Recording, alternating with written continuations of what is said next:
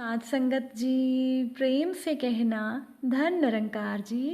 एक नई साखी के साथ स्वागत है आप सभी का आपके ही अपने चैनल पर। आज की साखी का विषय है भगवान सबकी सुनते हैं। तो चलिए सुनते हैं आज की ये साखी। साध संगत जी, सुबह सुबह घर में दूध लाने की जिम्मेदारी रमेश जी की ही थी। आज रमेश जी की आंखें देरी से खुली तो हाथ मुंह लेकर वो सीधे चौराहे की तरफ भागे। रमेश जी को डर था कि कहीं दुकान में दूध खत्म ना हो गया हो। अगर ऐसा हो गया तो घर में झगड़ा हो जाएगा। अभी रमेश जी घर से निकले ही थे तो जल्दी में वो छाता ले जाना भूल गए थे। वैसे बारिश का अनुमान भी नहीं था। थोड़ी दूर निकलते ही बारिश आई तो रमेश जी दौड़कर पास के शिव मंदिर में चले गए। मंदिर में जाकर रमेश जी ने भगवान शिव से एक ही दुआ मांगी कि भगवान बस दुकान में दूध खत्म ना हुआ हो। बारिश रुक रुक कर आ जा रही थी और जब बारिश थोड़ी कम हुई तो रमेश जी वापस तेज कदमों से दुकान की तरफ भागे। दूध लेकर लौटते समय भी बारिश ने रमेश जी का पीछा नहीं छोड़ा और रमेश जी को फिर से मंदिर में शरण लेनी पड़ी। अब उसी मंदिर में एक किसान दुआ मांग रहा था कि भगवान अब 1-2 दिनों तक अच्छी बारिश करवा दो, मेरी धान रोपनी हो जाएगी। पिछली फसल को बेचकर जो कुछ पैसे बचा कर रखे थे वो तो बाबूजी के इलाज में खर्च हो गए हैं। अब मशीन से खेत पटवाकर रोपनी करवाने के लायक भी पैसे नहीं बचे हैं। पिछले कुछ महीनों में बारिश नहीं हुई है तो ज़मीन भी सूखी हुई है। इसी वजह से हे भगवान, रोपनी में भी बहुत पानी लगेगा।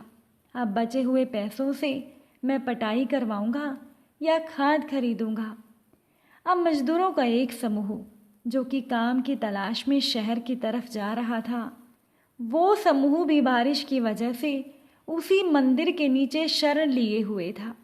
किसान को दुआ मांगते देख उनमें से एक मजदूर झिझकते हुए मंदिर के अंदर गया और भगवान शिव से दुआ मांगने लगा कि हे प्रभु, आज बारिश मत करवाना, नहीं तो ठेकेदार छत की ढलाई नहीं करवाएगा और हमें बिना दिहाड़ी के ही बेरंग वापस लौटना पड़ेगा।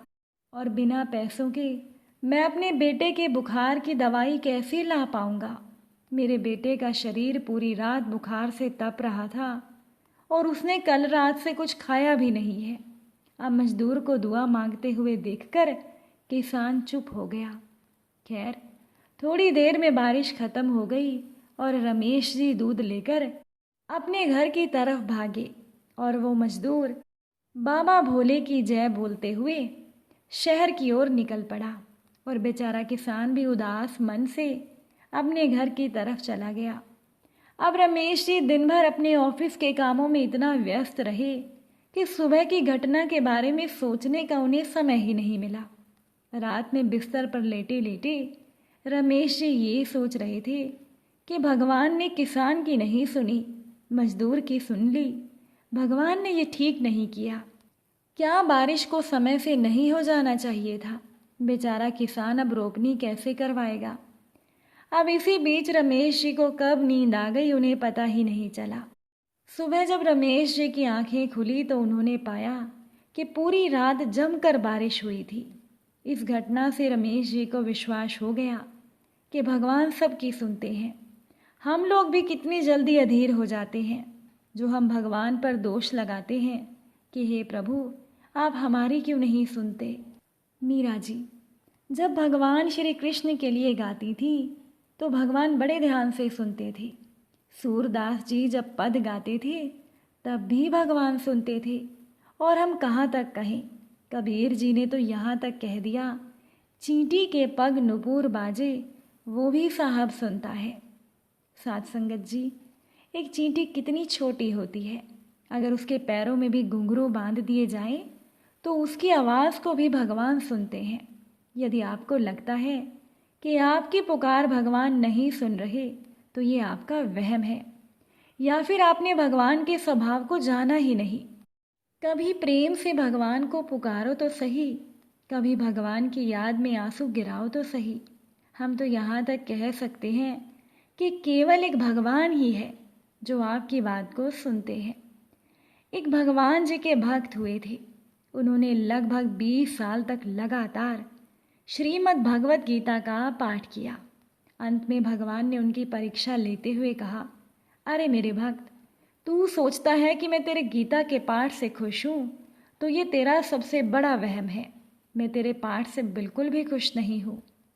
अब जैसे ही भक्त ने भगवान की ये बात सुनी तो वो नाचने लगा, वो झूमने लगा।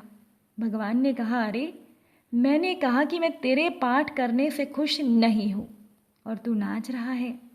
तो वो भक्त बोला, प्रभु आप मेरे पाठ से खुश हो या नहीं हो ये बात तो मैं नहीं जानता, लेकिन मैं तो इसीलिए खुश हूँ और मैं इसीलिए झूम रहा हूँ कि आपने मेरा पाठ कम से कम सुना तो सही।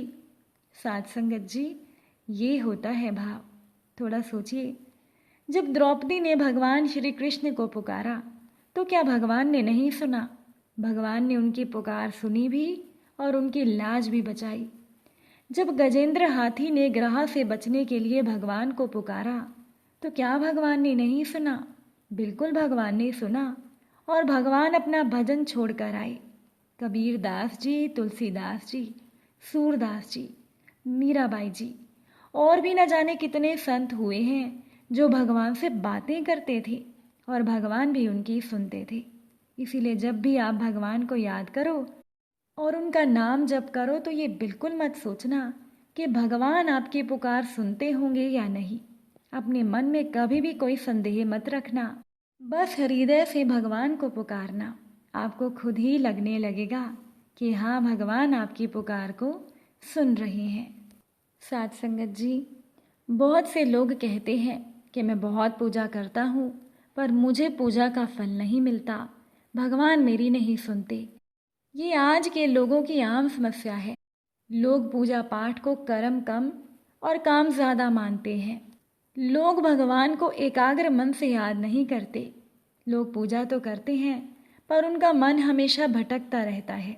अब जरा सोचिए कि मन कहीं और होगा, ध्यान कहीं और होगा, तो ऐसी पूजा करने से अच्छा है कि आप पूजा ही ना करें, आप कहीं घूमने चले जाएं, क्योंकि अधूरे मन से किया हुआ काम कभी भी नहीं फलता। तो आपको फिर पूजा का फल कैसे मिलेगा? भगवान आपकी कैसे सुनेंगे?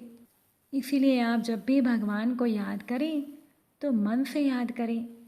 अब यदि पूरे नियम, संयम, एकाग्रता, ईमानदारी और मनोयोग से भी आप भगवान को याद कर रहे हैं तो भी आपको अगर लगता है कि भगवान आपकी नहीं सुन रहे, तो आप केवल ये समझिए कि अभी आपके पहले वाले पाप कट रहे हैं।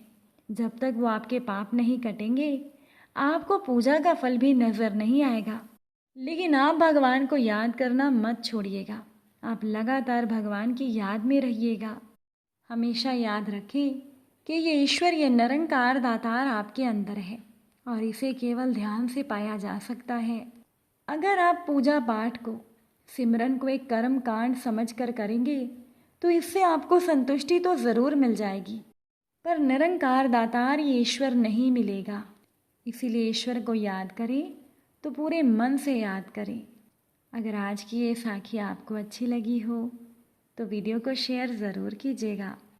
आप सभी से फिर मुलाकात होगी नई साखी और नए विचारों के साथ। साध संगत जी, प्यार से कहना, धन निरंकार जी।